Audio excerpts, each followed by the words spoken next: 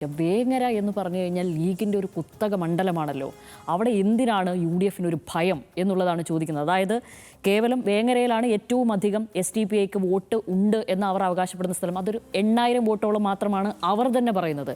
ഈ തദ്ദേശത്തിൽ പോലും അവർക്ക് 8000 പോലും തികയ്ക്കുവാനും കഴിഞ്ഞിട്ടില്ല. പക്ഷേ 8000 വോട്ട് എന്നാണ് ആദ്യം പറയുന്നത്. നമ്മൾ ആലോചിക്കേണ്ട ഒരു കാര്യം, അവിടെ മത്സരിച്ച് ജയിച്ചിരിക്കുന്നത് PK കുഞ്ഞാലിക്കുട്ടിയാണ്.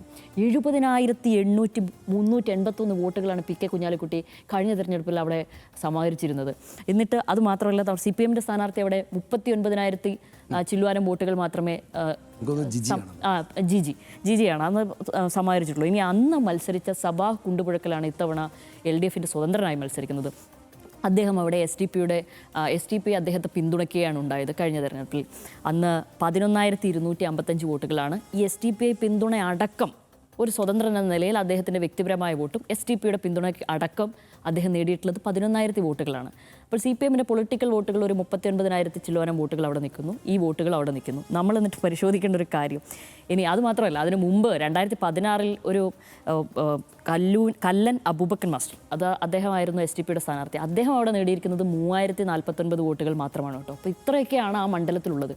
അപ്പോൾ ഇത്രയും ഹൈറ്റിൽ നിൽക്കുന്ന ഒരാളാണ് PK കുഞ്ഞാലിക്കുട്ടി എന്ന് നമ്മൾ ആലോചിക്കണം. എന്ന് വെച്ച് കഴിഞ്ഞാൽ എതിർ സ്ഥാനാർത്ഥികളെക്കാളും ബഹുദൂരം മുന്നിലുള്ള ഒരു സ്ഥാനാർത്ഥിക്ക് ഈ 8000 വോട്ടുള്ള ഒരു SDPIയുടെ പിന്തുണ LDF നേടിയതുകൊണ്ട് ഞങ്ങളങ്ങ് തോറ്റുപോകുമെന്നുള്ളൊരു പരാജയഭീതി വരുന്നതെന്ന് പറയുമ്പോൾ അതെങ്ങനെയാണ്? പ്രത്യേകിച്ച് അവർക്ക് ഈ തെരഞ്ഞെടുപ്പിൽ വലിയ ഭരണവിരുദ്ധ വികാരമുണ്ടെന്ന് അവർ കാണുകയും തദ്ദേശത്തിലടക്കം അവർക്ക് അനുകൂലമായി ന്യൂനപക്ഷ സമൂഹം അടക്കം വോട്ട് ചെയ്തു എന്നടക്കം വിചാരിക്കുകയും ചെയ്യുന്ന ഒരു മുന്നണിക്ക് വേങ്ങര പോലെയുള്ള ഒരു മണ്ഡലത്തിൽ ഒരു പരാജയഭീതി ഉണ്ട് എന്ന് വിശ്വസിക്കാൻ നമുക്ക് രാഷ്ട്രീയം ശ്രദ്ധിക്കുന്നവർക്ക് പറ്റുമോ എന്നറിഞ്ഞൂടാ. പക്ഷേ അവിടെ ഒരു ഡീൽ ഇവർ തമ്മിൽ ഉണ്ടാക്കിയിരിക്കുന്നു. എന്തുകൊണ്ട്? വെറും ഒരു സ്വതന്ത്രൻ വന്നതുകൊണ്ട്. ആ സ്വതന്ത്രനെ കഴിഞ്ഞ തെരഞ്ഞെടുപ്പിൽ 5 വർഷം മുൻപുള്ള തെരഞ്ഞെടുപ്പിൽ SDPI പിന്തുണച്ചതുകൊണ്ട് മാത്രം ഇത്തവണ അത് SDPI സ്ഥാനാർത്ഥിയായി കാണുന്നു UDF എന്നുള്ളതാണ്. അപ്പോൾ ആ മണ്ഡലത്തിൽ എന്ത് വ്യത്യാസമാണ് ഉണ്ടാവുക?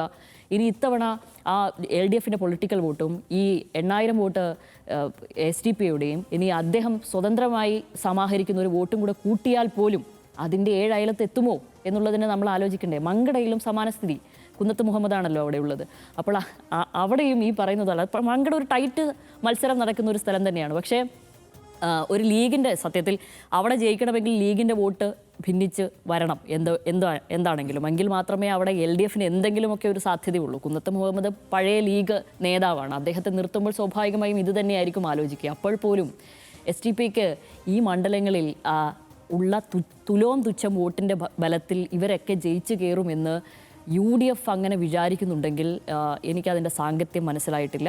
പിന്നെ അതുമാത്രവുമല്ല, ഈ ഘട്ടങ്ങളിലൊക്കെ LDFന് ഇവരുമായി ഏതെങ്കിലും തരത്തിൽ ഒരു ഡീൽ ഉണ്ടാക്കി തിരഞ്ഞെടുപ്പിനെ അഭിമുഖീകരിക്കേണ്ട ഒരു തരത്തിലേക്ക് അവരും എത്തിപ്പെട്ടോ എന്നും അറിയില്ല. അതുമാത്രവുമല്ല, സത്യത്തിൽ അഭിമന്യു വിഷയത്തിലടക്കം വളരെ വൈകാരികമായി ഈ വിഷയങ്ങളെ കാണുന്ന CPIM LDF ഒരു തിരഞ്ഞെടുപ്പിലേക്ക് വരുമ്പോൾ ഇവരുമായി ഒരു ധാരണയോ ചർച്ചയോ ചെയ്ത് ഒരു ധാരണയുണ്ടാക്കി ഒരു ഡീലുണ്ടാക്കി ഒരു തിരഞ്ഞെടുപ്പിനെ അഭിമുഖീകരിക്കുമെന്ന് എനിക്ക് തോന്നുന്നുമില്ല.